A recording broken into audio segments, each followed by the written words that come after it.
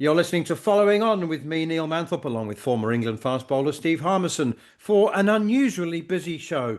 We'll react to the major story coming out of Australia that their captain Pat Cummins is an injury doubt for the Ashes, and we'll get the latest from News Corp's brilliant journalist Ben Horne. The Oval Invincibles won the third straight title in the men's 100 on Sunday. We'll look back at finals day at Lord's and be joined by their player of the match, Nathan Sowter. Hampshire fast bowler Kyle Abbott will join us to look back at their semi-final victory over Yorkshire in the One Day Cup, and we'll round up some of the week's other big stories. So plenty to come over the next hour. This is Following On.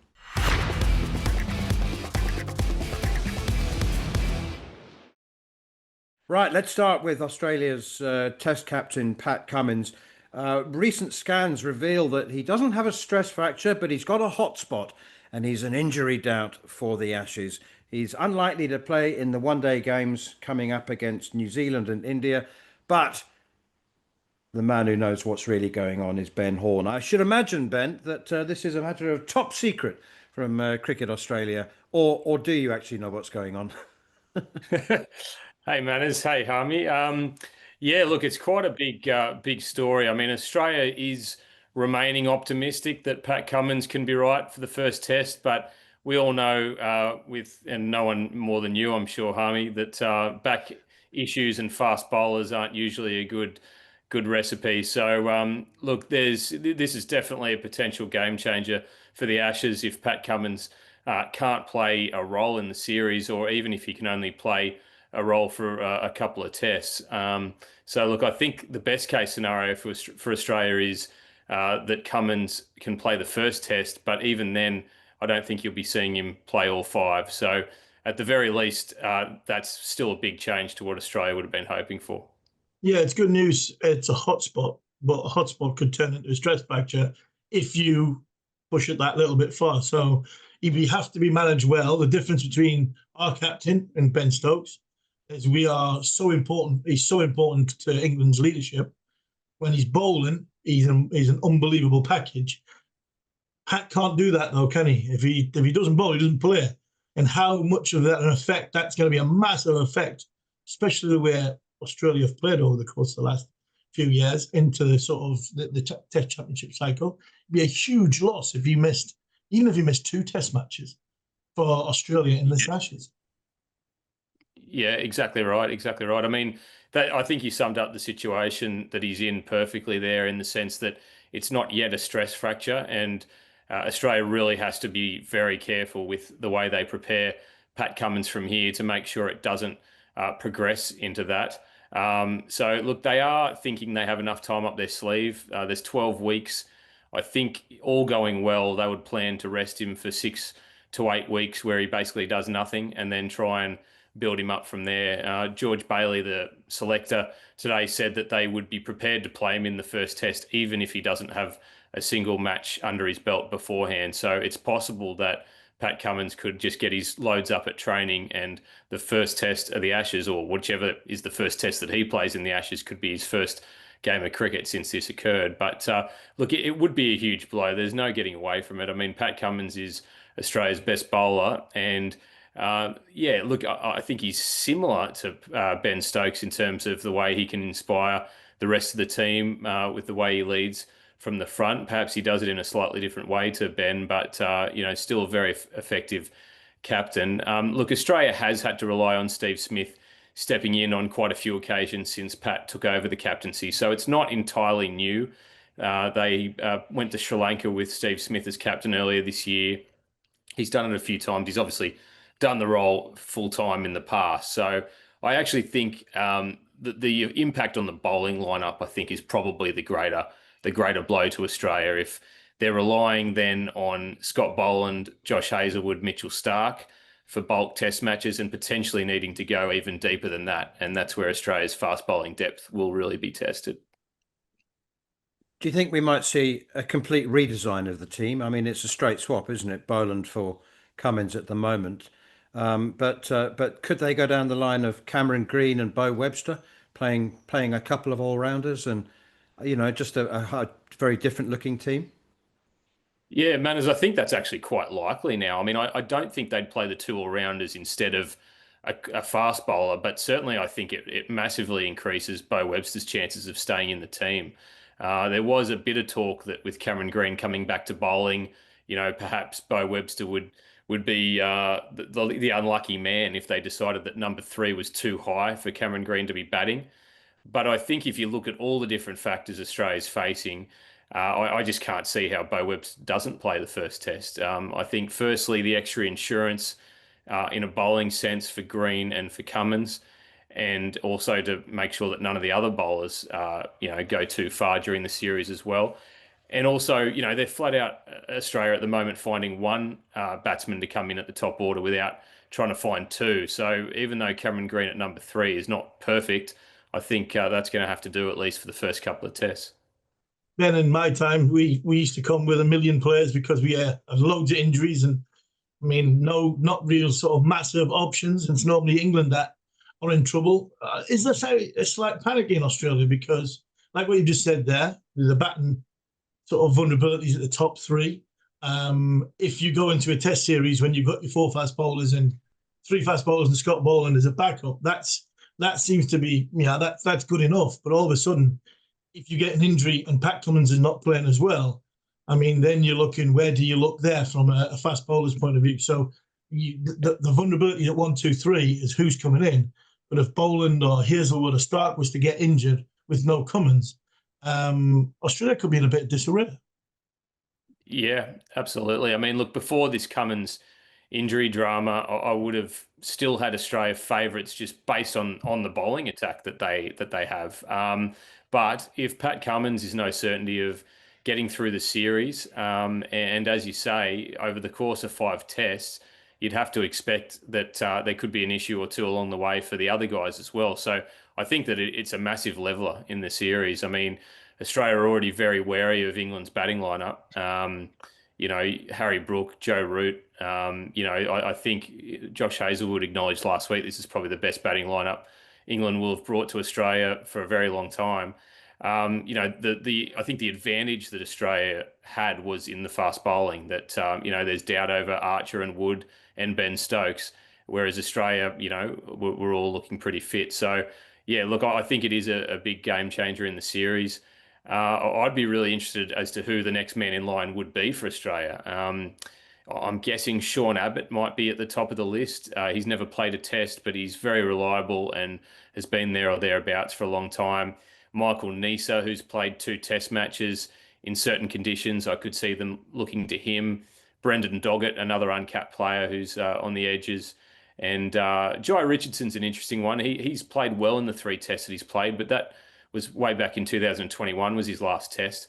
But he might be fit come the end of the summer. So there's a few options around, but largely untested. So, suddenly, look, I don't know whether it's panic, but, I think, there's a lot of uncertainty around the Australian team.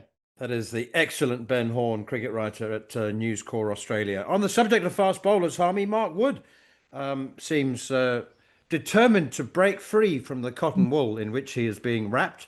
He was not included in England's white ball squads. I think you said a couple of weeks ago he needs to play. I don't know whether you've been on the phone to him, but he obviously agrees, because I don't know whether it's a unilateral decision on his part, but he announced a couple of days ago that he wanted to play a couple of championship games for Durham. Yeah, he wants to play. I've not spoken to him since I had that rant about it. I've had a few drinks with Mum and Dad the last 2 weekends, but I'm not actually seeing Mark. I missed him on Friday night by about 5 minutes. But at the cricket club, but he needs to play. I hope he does play in these 1 or 2 of these 4-day matches. I'll believe it when I see it. Like everything else, I have a little bit of. I'm always sort of pessimistic when I see when you look at fast bowlers, especially when they're not playing for England. So Durham could do with him, but I think Mark could do with the games. And again, come back to what I said a couple of weeks ago. I'm amazed that they haven't put him in the white ball squads because of the they can then look after him. He's only going to bowl 10 overs, match intensity. I wonder if they put him in the white ball squads. I wonder if they put him in the white ball squads. The bombshell that dropped was Jamie Overton, which we'll probably come on to a bit later. But looking at Rob Key's comments, I don't think Jamie Overton's going to get picked in any one of these games, and it wouldn't surprise me if he gets kicked out of squad and somebody else get brought in, because I think England had him in for the Ashes, and he's now gone down the franchise route. So it wouldn't surprise me if Rob Key, decides that Jamie Overton comes out, and then I'd bring Mark Wood in, because if Woody's fit to play championship cricket, why not play in the intensity of the ODI series? So look, that ifs, buts, and maybes. I'd love to see Mark Wood play some cricket by the end of September. Okay, and just finally in this section, talking of Rob Key, it was interesting hearing him talk about the criticism of Tim Southey leaving the Ashes as he's going to do the first test in Perth and then go and play in the T20 in Dubai or the UAE. A lot of understandable criticism about that. Rob Key said, I don't know what all the fuss is about. You don't need your fast bowling coach there all the time. If he's the best man for the job and he can only do one game, then just get on with it. It seemed, he's a very straight talker, but it seemed almost flippant. Yeah. I mean, my question to you is, what's the point in having a fast bowling coach in that case? If you're not going to have, if you think you don't need him after the first test match, then you don't need him full stop. I've got no problem with Tim Southey going playing IELT20. Really don't have a problem. But you can't have your cake and eat it. Fair play to what Jamie Overton's done. He's gone, I'm not going to the Ashes because I can make more money on the franchise tournaments over the course of that time. Take my body. He's made his decision. Might not like it, but he's done it. Tim Southey, being looked after by his mate, has decided that he's going to have his cake and eat it. And I've seen a couple of things. I did see, eventually seeing the comment off the back of what Liam Livingston said to us, and what Rob Key said to Nasser and others, and didn't enjoy that either. I thought that was quite flippant, and it's fine. Comments like that are fine when you are in the Sky commentary box, and like me and you having a little bit of back and forward, and me on talkSPORT, we're golfy, giving it sort of a little bit of banter. The director of men's English cricket, and I mean, to say to Liam, well, he's got my number. Well, yeah, and I think that comment, the flipping comment with Tim Southey, again, I don't mind. I mean, I love Keys, he's my best mate, but I think sometimes I think we look at what we expect from the men's director of cricket to be one thing, establishment. This Bazball unit and the way Rob runs it, completely different to any time before. Is it a good thing? Is it a bad thing? I don't think it's either. I just think it's the sign of the times and the way they're going. And I think sometimes we raise our eyebrows, and sometimes we think, oh, that's a bit naughty, or that's a bit sort of flippant. But I just think it's the way this regime works. And, is it the sign of the times going forward because of the amount of sort of crossover cricket that's being played? But for me, if Southey's in, he's in, and he's in for the lot. If he's not in, then somebody else needs to take over. And because if they think that they only need a fast bowling coach into the first test match in the Ashes, I mean, you're very, very much mistaken. We've seen what happened in 5 test matches, man. We were, 25 days of test match cricket we commentated on. And we've seen the bowlers, the intensity of the plans against India. It's going to be double as bad against Australia if this series goes the way we think it's going to go. So you're going to need specialist coaches just to have, a little bounce off. And if he's not there, you haven't got Jimmy Anderson as well, Stuart Broad, all of a sudden, I mean, it could be a lonely, lonely place. I know that. Past experience, lost 5-0 and 4-1 in Australia. Past experience. I had a coach. You do go soul searching every now and again when times aren't going so well. You're looking to somebody that's supposed to be a coach you can bounce an idea off. I mean, Marcus Trescothick's now and Jeetan Patel have now got big jobs once that first test match finishes.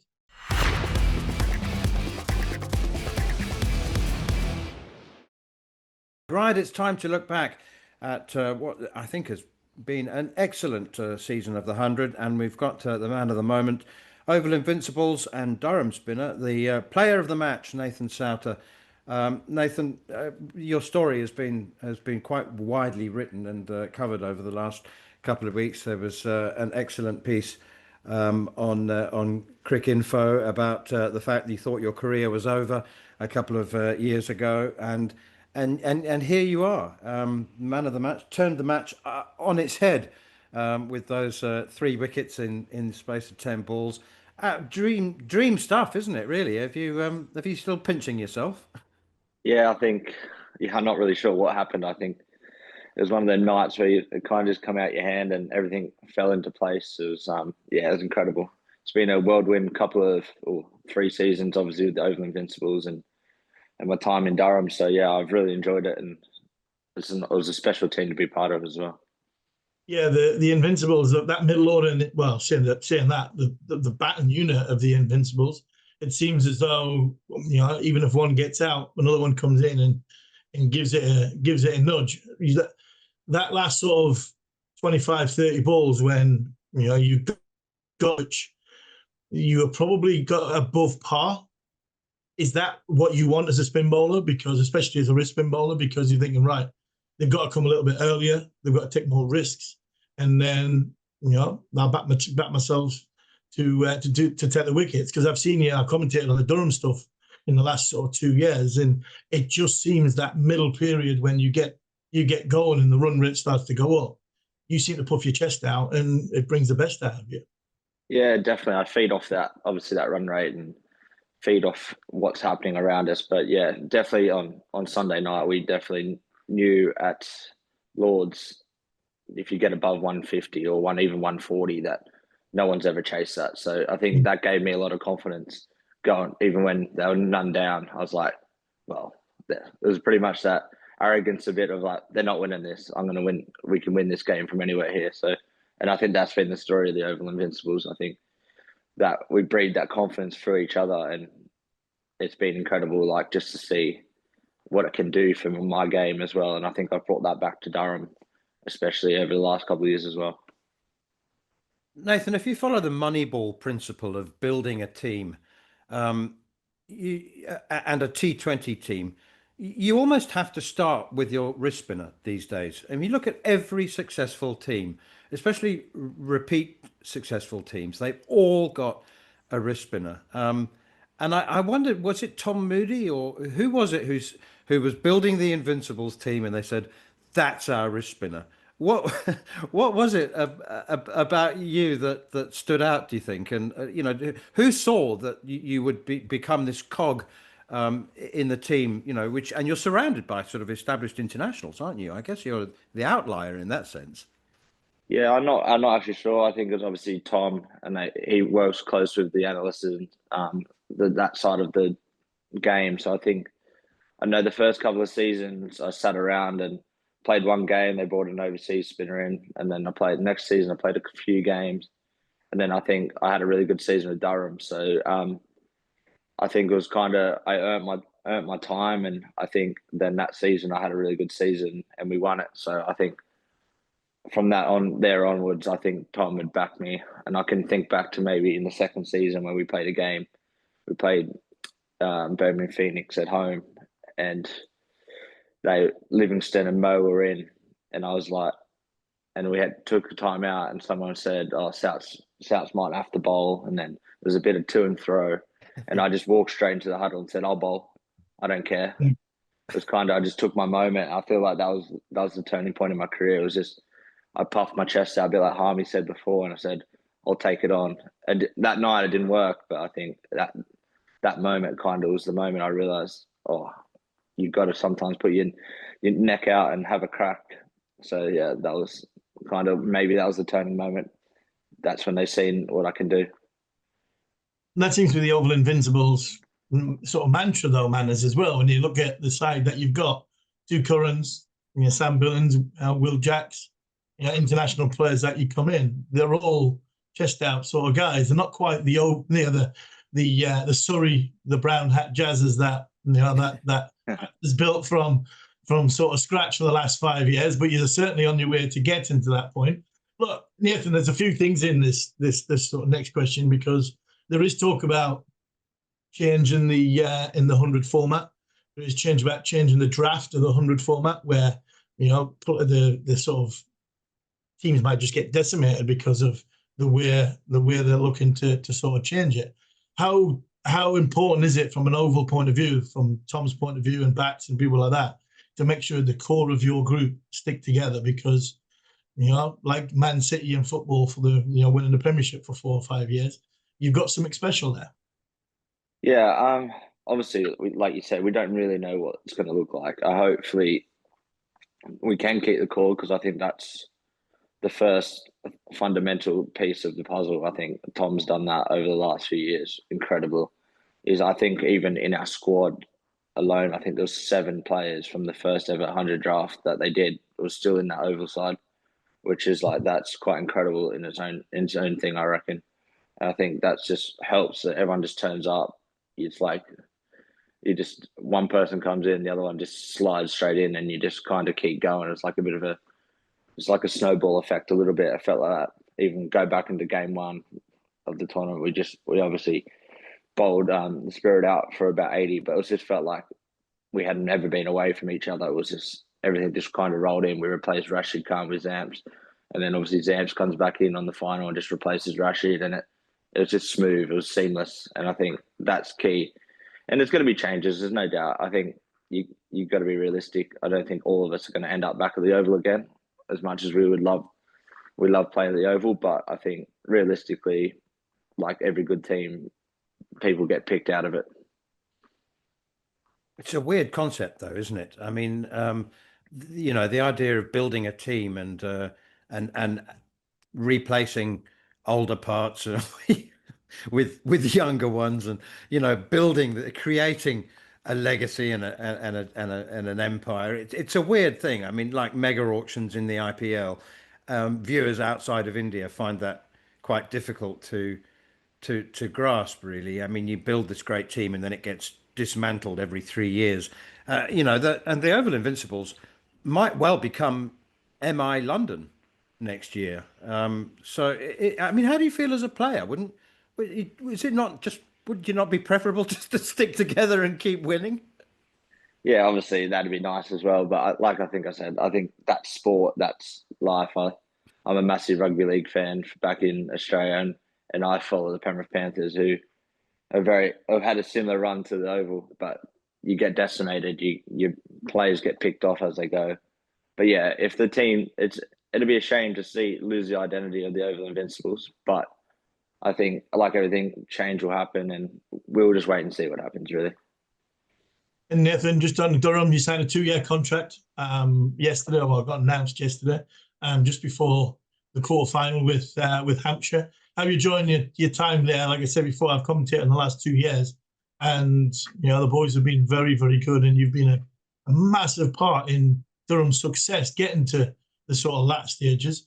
Was it an easy decision to sign back in the Northeast? Because it's, from a spin bowler's point of view, I mean, during my time, I played for Durham for 20 years, and during my time, we didn't have any spinners. I mean, Gareth Breeze was the closest thing we had to a spinner. He batted number 6. You couldn't feel your fingers. So how have you enjoyed your time at Durham? And was it an easy decision to sign for 2 more years? Yeah, absolutely. I've absolutely loved my time at Durham. I think they obviously give me my second chance in the game, and I'm glad I can repay Durham with obviously performances. But yeah, I've always had a connection to the Northeast. My mother was born in Morpeth. My nan was Ashington. My grandfather Newbiggin. So it's like coming home, really. I love the Northeast, and yeah, it's cool. It's cool to be back in the Northeast, and it has a little bit more meaning to it, knowing that I have a family connection to this area. So it's like you're playing for a little bit more when you play for Durham. So it's really cool. Yeah, it's interesting you say that. I didn't know that. Mum, from Ashington and from Newbiggin. I live right in between Ashington and Newbiggin. That's where I am now. So sky's blue out my window, so I might go and play golf in a bit. But I mean, it is a great place to come and play cricket. And the trajectory the club's on. I know we've had a little struggle in the Red Bull stuff. They're not in the they're not in the place they want to be. They're in a bit of a relegation fight. But do you think the game on Friday night? It is Friday night. I think it is Friday night. Hampshire game of Friday night. If you can go on and win that, that gives a huge boost to the rest of the boys in the Red Bull stuff to go and win one or two of the last 3 championship games, and then finals day if you get there. The season will be a very strong. Yeah, I think obviously you can take a lot of confidence from either format. I think we probably did that over the last couple of years. Really, we got promoted. We had an average white ball season. Then last year we done well to stay in Division 1, like mid-table finish, and we made quarterfinals. So this year obviously has been a bit of a struggle, as everyone finds out across the country, injuries and a lot of other stuff goes on in between. But yeah, I think hopefully we can get that win on Friday night, and that will give us a lot of confidence going forward into them last 3 champos, and hopefully we're heading to finals day.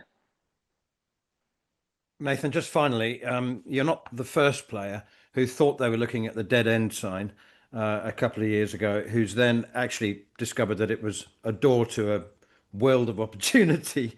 Are you just enjoying the ride now, or are you a planner? Have you got a way that you'd like things to unfold now, or are you just enjoying each day and each month and each year? It's a good question. I do like to plan. I do struggle with that side of it, but I am just trying to take it step by step at the moment. I feel like I'm still coming off a bit of a high from the other night, but yeah, I'm just going to probably head to training today and just try to settle back down and have a light day and just take it day by day. But I'm really looking forward to what the next 6 months, the next 12 months brings. But yeah, I'm trying to live in the moment at the moment, because it's a kind of special thing we've done over the last few weeks, and hopefully I can go and create some history for Durham and lift that Blast trophy for the first time as well. That's Nathan Sowter, player of the match in the Oval Invincibles' 3rd consecutive win. Harmy, you just mentioned there that the 100 draft could be dropped in favour of an IPL-style auction. I still find them uncomfortable. They've been around, the IPL auction's been around for years and years and years now. It still reminds me of a meat market. But would it make the teams more evenly balanced? That's the point of it. Would it make the 8 franchises more evenly matched? While you ponder that, I just want to mention that the women's 100 final, and nobody has been more positive about the effect that the 100's had on the women's game than us. 22,500 people watched the Northern Superchargers beat the previously unbeaten Southern Brave by 7 wickets. And we cannot finish the show at all without mentioning Kate Cross, who responded in the most brilliant way to her shocker mission, or she was shocked anyway, from the England World Cup squad. 15 wickets in the tournament at an average of 14, including 2 for 23 in yesterday's final. So brilliant that. So you can mention that as well, Harmy. But what about having an IPL style auction for the 100? I wouldn't be a big fan of it. I wouldn't. Do you know what I want? I would like to see us go back to players playing for, roughly the area they're from. I don't like seeing Johnny Bestow and Joe Root walking into the away dressing room at Headingley, where Headingley give them the first steps of this great game and the academy and everything that goes with it. 25,000 people at Headingley not chanting Joe Root or Johnny Bestow's name in a home shirt. These are the things I would like English cricket to bring in. If you're from that ground and you were brought up in that area, and that's who you play for, and then you work with the auction from there. I really want, and I want that to be, talk about tribalism. That's what I want. I want to see the players from their own patch to be playing for it's not their home county, but it's their home city. And I think that would be something that would be important. And yeah, it was great to see Kate Cross bounce back. And look, like we know with anything, if there's an injury, you never know. Kate Cross might play in the Women's World Cup. And I think what she did to the selectors, she opened her mouth beforehand and she had a go and she backed it up. And that's what you want as a player and as a management team. So if there is an injury, I'm sure Kate Cross will be brought into the women's World Cup squad.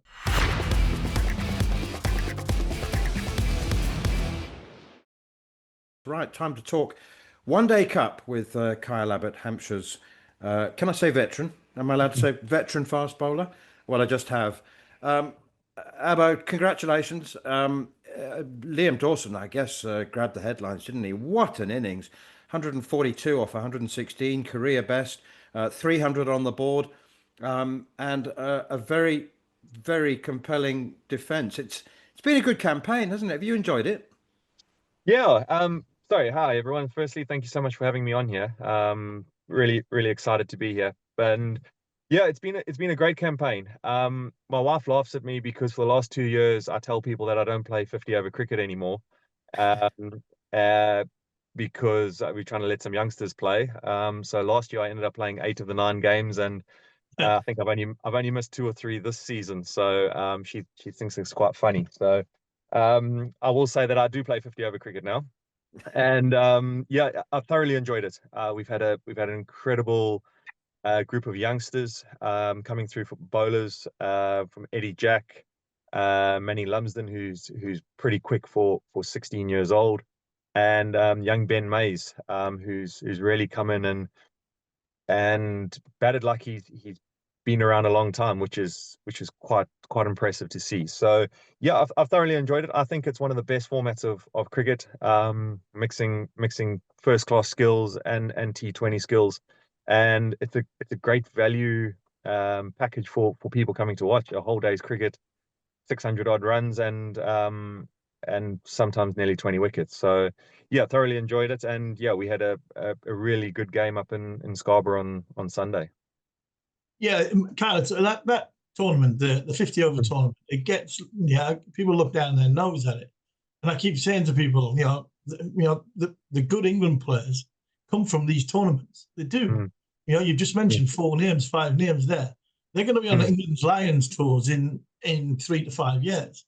This tournament is so important to English cricket, and I think they've got to find a framework to sort of get it in. But it's also, I mean, I live quite close. Well, I've been to Scarborough 2 or 3 times this year, watching sort of youth cricket. In places like Scarborough and Blackpool and Liverpool and Sedbergh, where Lancashire play, these places are so valuable to play at as well, because it makes it more sort of intimate. And it's like playing in New Zealand, isn't it?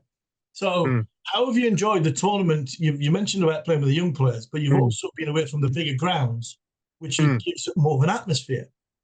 Yeah, absolutely. I'll tell you what, Scarborough's a hostile place as an away team. I was just about to say that. I didn't really want to get into trouble by saying it's not a very nice place to play if you're an away supporter. It is an absolute shocker of a place to play if you're not from Yorkshire. If you're not from Yorkshire, it's not great. But as a wicket, I think it's one of the best wickets in the country. Harmy, I'm sure you would have bowled there in your time. And when I first arrived playing county cricket, the guys spoke of playing Yorkshire at Scarborough and Plunkett running down the hill and bowling 100 mile an hour. And I always wanted to go there. And I was fortunate enough to play a 4-day game there in 2022. And I walked away going, wow. If it wasn't so far away and tucked up in the corner of England, I'd really like to play there quite often. And then played a white ball game, and the crowd had a few ales in them over the day, and I thought maybe I don't want to come back here. And yeah, you know what? But it's places, it's grounds like that. They normally fast scoring too. That's because they're quite small. And you're right, they are intimate, and with a hostile crowd there, it in the looser sense of the term, kind of prepares you for what international cricket is about, where bowling can be really tough. Your skills, having to nail them under pressure in small areas with the crowd on your back. I mean, it's very, Scarborough, with all due respect, is very far away from international cricket, but in a game like a semi-final like that, and you've got the crowd on your back and the wind's howling down to a short boundary, it really feels like everything's on top of you, and it does expose the guys to some high pressure situations, which most outgrounds do, and adapting to conditions. You're not going to pitch up at Old Trafford or Headingley and know what you're going to get. And again, that's just adding skills. It's adding experience to these guys, as they're coming through the system, which is hugely important. Yeah, I mean, Manners, you love my first experience of Scarborough. I was a 16-year-old playing against Yorkshire's gun side. And it was back in the day, it was a 50 over game back in the day. And what you did, you bowled 25 overs, you had lunch, you had 25, 10-minute break, 25 tea, 25. And at lunchtime, I'd bowled 8 overs at lunchtime. And you walked into the marquee on the right-hand side for lunch, and there was pints of beer all down the middle of the table. It was like, this was 1996, so it was a long time ago. And it's like, this is what Scarborough was. They were sponsored by Tetley's Better. And it was a brilliant, brilliant place. And then 2-3 years later, I went there. And the ends were shaven. The middle of the pitch was just like the outfield green grass. And they had Silverwood, Hoggard, Gough, and Craig White. And it was scary. It was really scary. I mean, one of our lads got hit in the throat by Goughy. And I mean, I don't know how he's still going, but I mean, it's a great place to go. And you talked about the atmosphere, and I'm 100% with you on that. That out grounds full is a different type of pressure. And the 1 or 2 young players that you mentioned there, I'm going to sort of highlight 2. I know Andrew Flintoff thinks a lot of Eddie Jack, and I think what we've seen of Sonny Baker over the course of the last 4 weeks in the 100, they're exciting, really, really exciting, especially with, I know the Ashes is coming up, but they'll be in the picture because they'll be in Australia with the Lions. Yeah, absolutely. To as you said, really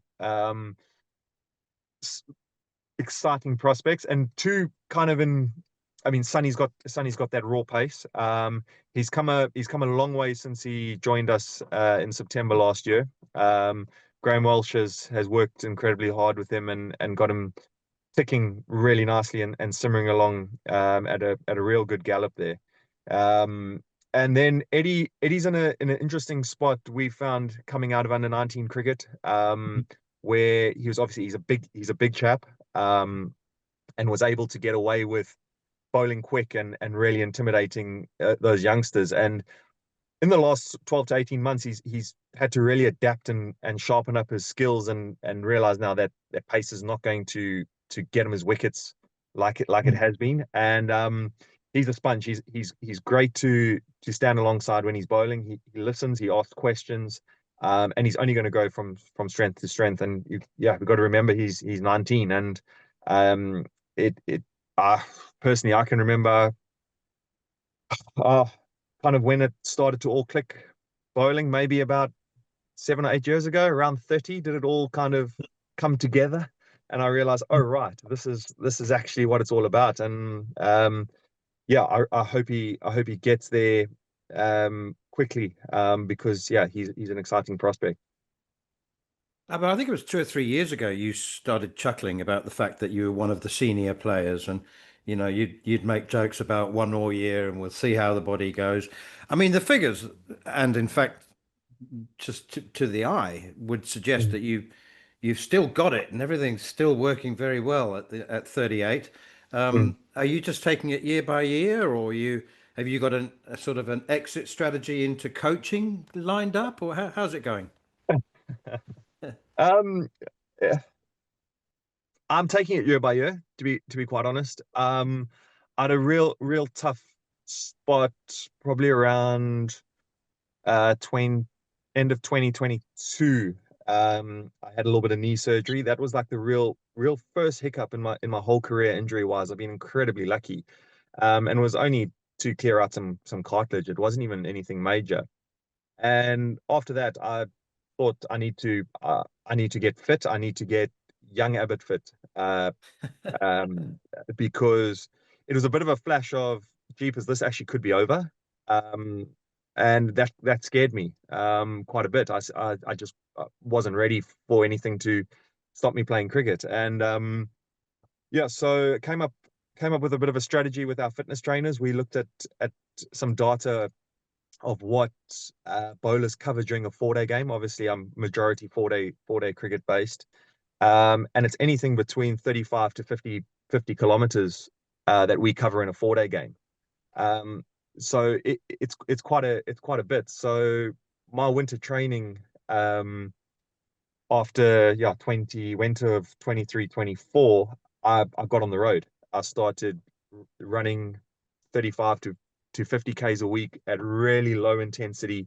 I'm talking 6.5 minute Ks, 7 minute Ks, low heart rates, 130, 125 heart rates. Really in a zone where I'm not going to get injured, because a lot of the time we actually are just standing and walking, gathering those kilometers. It's not all flat out running. That's a very small percentage. That's around about sometimes maybe 4 to 8 kilometers tops. That's actually at high end speed. So I started doing that, shed a lot of weight, and I got fit for purpose. I got fit to stand on my feet and come back later in spells. And honestly, I feel right now, I feel as like I'm bowling as well as I have at any point in my career, which is a little bit scary. So to answer your question, I'll be looking hopefully to extend next year. They'll take me to 39. I am in the process of doing coaching modules. I've taken quite a keen interest into the match refereeing side of things. Gunner's helped me along quite a bit there. I've chatted with Andy Smith at the ECB, done a bit of shadowing with the match referees. So yeah, there is a little bit of interest looking forward, but I still feel like I'm still very much in the present and trying to perform and win trophies for Hampshire. And Kyle, what about Liam Dawson? We've seen him in the summer play for England. Whether he'd be touch and go, whether he goes to Australia. He had a wonderful semi-final when he got 142 off 116. Where's he at? Because it was a tough fourth test match at Old Trafford. It seemed as though he went back to Liam Dawson bowling a little bit flatter than he did what Ben Stokes wanted him to sort of do. You know more than anybody else. He's a great character, great kid, wonderful player. How did he come back from that test experience? Yeah.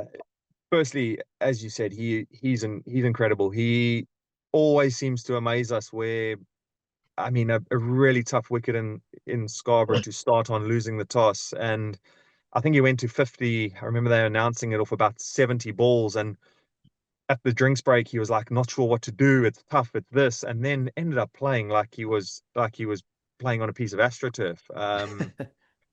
And then came on to bowl, and with a tough wind and a really short boundary, just varied his pace and his line and that so well, and got towards the end, and he's like, I think I need a bowl. He's like, if you guys come on and bowl slow balls, I think it's still going to be too quick. He goes, I'm just going to bowl slower and slower and slower and get them to hit me into the wind. And he just shut that game down for us. Where on a day that was incredibly tough with spinners. But yeah, he had a tough, as you said, he had a tough test match. But Dawson's just one of those guys that he gets on with it. He motivates himself in some weird ways. He fights with himself a lot to motivate himself.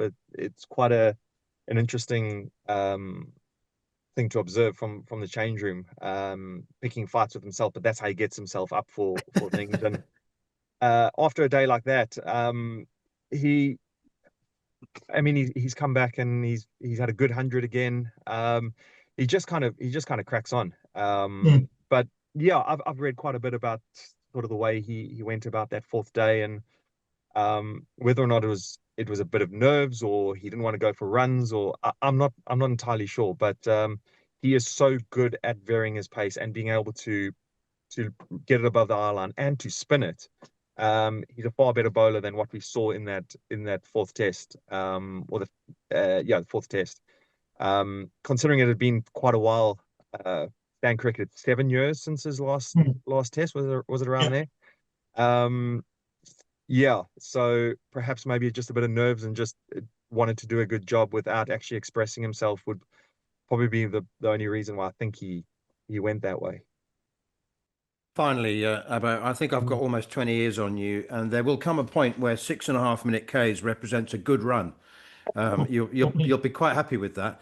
I remember speaking to Courtney Walsh when he was 39, and I said to him, when are you going to have a rest?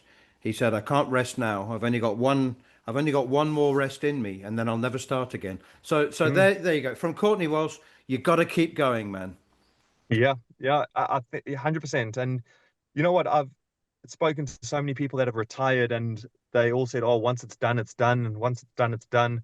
And that never really hit home. And at the beginning of the season, I was chatting with Shane Berger, who's obviously with Somerset as assistant coach, and I've known Shane for years in South Africa.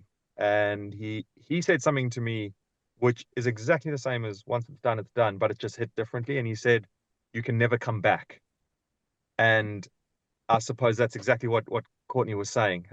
So that's hit me a lot harder than oh, once it's done, it's done. The thought of trying to come back and knowing how tough preseasons are my worst. Honestly, if you had to ask me around the middle of Jan, beginning of Feb when I start bowling, I'd say I'm done. I'm done by the end of this month. There's no chance. I tell myself every year there's no chance I'm going to get back to bowling like I do. But the more you bowl, you get into it, and once you're going, you kind of get back to it. It's an amazing thing, and I wish people didn't try to find shortcuts to bowling fitness and thinking that the gym is the answer and everything else is the answer, and that they get back to absolute basics of just bowling your overs and bowling and bowling and bowling. Because that's what keeps people fit. You have. That's music. That's music to Homie's ears. I have a rant about once a month on bowlers that have been injured and not bowling enough. And you look at them and go, you've got no idea what it takes to be a fast bowler. The penny will drop and you'll be out of the game. There's only one thing that you can do to get fit for bowling, and that's bowling. I mean, I hated pre-season and I hated warm-ups even more. But I tell you what, put a ball in my hand. I mean, I couldn't think of anything worse than going in the gym. I would go in the gym and lie on the mats for an hour and a half because I just had no interest in being there. But I'd go outside and bowl for an hour and a half because that was my job. That's what I got paid for. Yeah. I'll tell you one thing right now. This whole 50-over campaign, I have not been in the gym once. The whole of August. No. I went in the gym maybe November, December, January time. I built myself up in 2 months, 3 months, and then once I started bowling, I didn't go back in the gym. Didn't see the point. Yeah. The only thing I can do to bowl is by bowling. Yeah. That's it. It's as simple as that. And people think it's rocket science, but when England used 8 fast bowlers in the summer, Durham used 13 fast bowlers before, up until that the break in the first part of the season. And it's sometimes, and I actually think sometimes, I don't know about you, Kyle, but I sometimes think that the tail's wagging the dog a little bit. There's people setting bowling programs who have never bowled before. I'm talking about fitness coaches. I'm talking about, people behind the scenes. Even now, the bowling coaches who all they could do was bowl. But now they think they've sort of cracked it. They've reinvented the wheel. And they think they're smarter than everybody else. I mean, Matthew Hoggard used to shout at umpires when he used to come in, the ball's red, the ball's round, the ball's got a seam on it. You pick it 22 yards away, there's a stump at the other end, and we'll bowl with it. The game is as simple as that. Somebody bowls it, somebody hits it, somebody fetches it. If you can keep keep it as simple as that, you'll do all right in cricket. I could not agree with you anymore, and I think I'd get myself into a lot of trouble if I had to say exactly what I think. So it's all right. I do every week. Yeah. But you know what? You're 100% sure, because 100% right, because we've pitched up at 4-day games where it's been raining the day before, so we haven't been able to look at the pitch. And the guys will come to me and they go, "Oh, what do you think we're going to get tomorrow?" And that I was like, "What does it matter?" They're like, "Oh, what do you mean?" I was like, "There's 3 things we can control. Right? We can control our attitude, we can control our bat path, that it comes down straight, and we can control where we bowl the ball. Other than that, we can't control the weather, the umpire, the pitch, anything else. So why are we even worried of what's under the covers?" Ball's round, stumps don't move, matters. Simple. But we got to go, and you need to either drop off your kid or pick him up from the playgroup. We could go on all day, but very best of luck in the final, September the 20th at Trent Bridge. Very, very best of luck. We'll be watching keenly. Thank you very much. Thanks, Harmy. Thanks, Manners. No Thanks. worries, Really Matt. good to see you.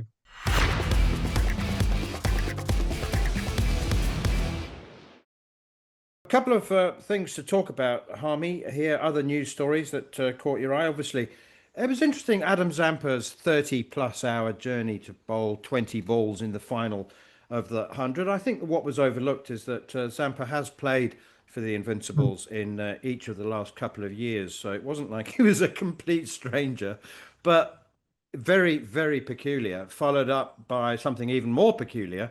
I mean, it made sense he was going to play in the Blast as well for Surrey. And Cricket Australia said, no, we need him. We've got the Chapel Hadley T20 series coming up in 4 weeks' time. Yeah, it would have made sense if he'd come for both games, but obviously he's not allowed to stay for the T20 Blast game. I think there's got to be a rule comes in. And look, the hundred's the 100. I think it's been an entertaining tournament. I don't think it's been a great tournament from a game point of view. It's been a very good tournament from a spectator's point of view, a visual tournament. It's been some brilliant moments in it. But surely when we keep trying to kick the can down the road and make the tournament better, which is possibly going to a T20 tournament, surely you've got to get to a point where it's the 7th game and you can't register anybody else.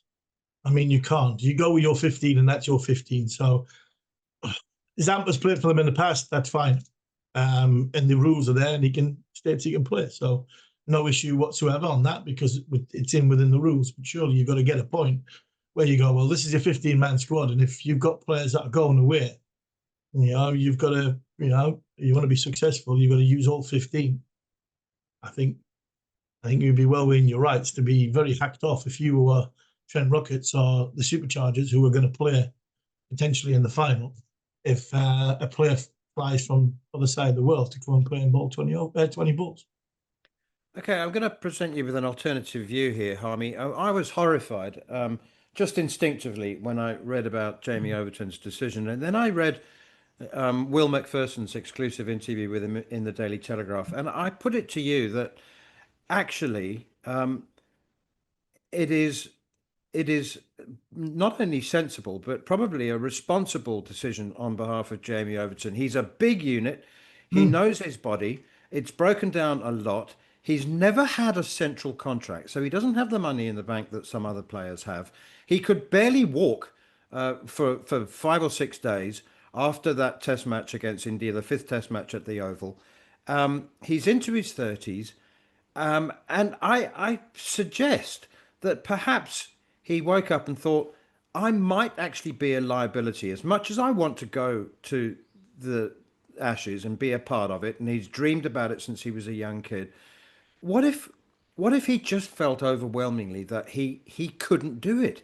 And Harmy, very few fast bowlers in the history of the game know about the pain more than you.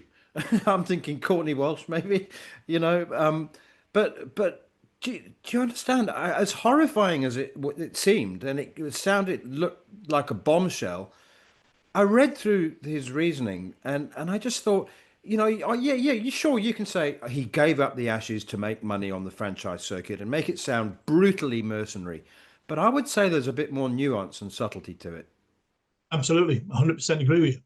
I'm looking at it going, well, I don't like it, but I fully understand it. I don't like the decision he's made because the Ashes is the Ashes. What would he have played? 1, possibly 2 tests. The financial rewards, no central contract, is massive for him. I can't sit here and throw stones at Jamie Overton hypocritically because I retired from one-day cricket midway through my career because I was trolling. I had 3 young kids at the time. I was trolling around the world for an extra, 4 weeks, 5 weeks of the year away from home, 4 weeks, 5 weeks of the year at home. So say 10, 12 weeks a year. And sometimes I was playing and sometimes I wasn't. And I made a decision for my own benefit and for my family's benefit that I'd rather go back and play for Durham than carry drinks for one-day cricket. A bit like Liam Dawson made that decision. But it comes back to the fact, Manners, and I will always come back to that.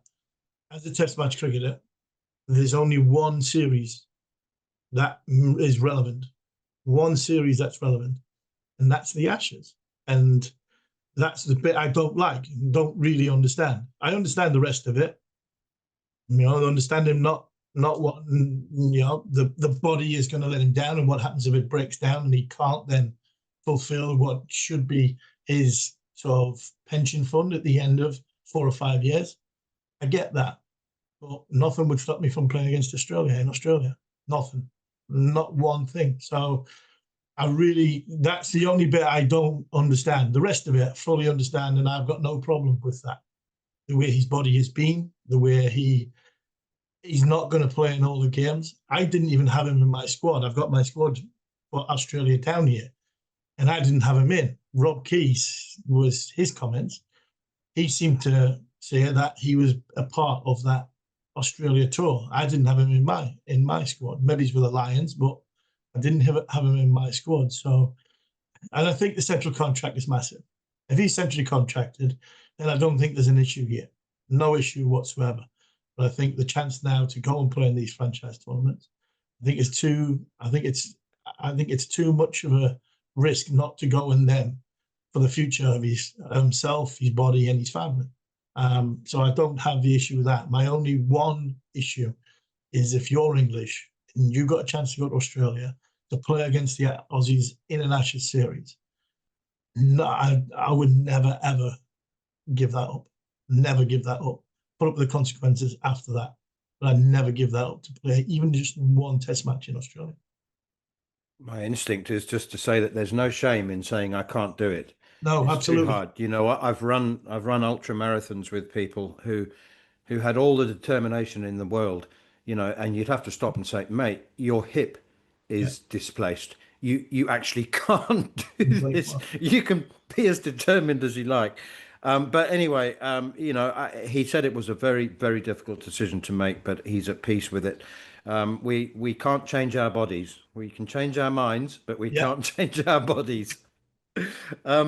Harmy, tell you what's interesting. R. Ashwin and Cheteshwar Pujara retiring from all Indian cricket. We just had Mitchell Starc retiring from T20 cricket. You can spend a year retiring these days from one format or the other, and now you can retire from Indian cricket.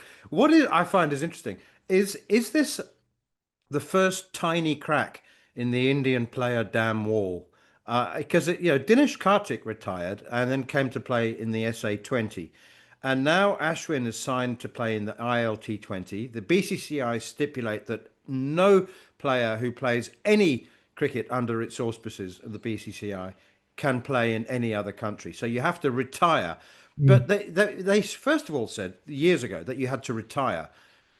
And now it's the players who've stipulated I'm retiring from Indian cricket. Yeah. And I just wonder, as the payments increase in leagues around the world, whether that damn wall might just come under a bit more pressure, and younger players who are not retired, in their mid-30s rather than late 30s, might sort of think, well, I actually can do better and make more money playing outside of India. And then, the sacrosanct nature of the IPL comes under pressure. I don't know. I could be imagining it. Maybe it will just be the players in their late 30s and 40s who go off and make a bit of extra cash elsewhere. But if that does start to change, it'll be literally a game changer.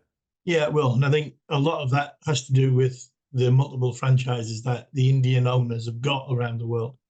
Because once you're surplus to requirements for India, you might as well retire from Indian cricket and then go and play in the 3 or 4 competitions that you're connected to, has teams in. So it will be. I'd be very surprised if a younger player like a Suryakumar Yadav, who's got no chance of playing Test match cricket anymore, decides that he's going to give up one-day cricket and IPL to go and play all around the world. So I'd be interested to see where Pujara turns up. I really would. I think a county possibly next year will get a quality number 3 or number 4 India 100 Test batter to play for them. And I'd love to see our Ashwin play in our domestic competition in the Blast and in the 100, because He's a fiery character. And you know what, Manners? This last 100 tournament, it has been a one for the old guard. I mean, the older ones are the ones that stood up. The likes of, take Livingston, Cox out of it, the likes of Livingston and Bairstow. These guys have stood up. I'm not saying Sam Curran, because Sam Curran's not old. He's still very, very young, but he's been discarded. So it's been the ones that have been discarded in this tour and by England are the ones that have stood up. That'd be great to see Ashwin, if he is going to come and play in these competitions. It'd be great to see him play in England, because he's a fiery, fiery character who I think would be brilliant to play with and a nightmare to play against. You've been listening to Following On with me, Neil Manthorp, alongside former England fast bowler Steve Harmison, and we'll be back at the same time next week to look back at England's ODI series with South Africa and the return of the county championship. But for now, this has been Following On.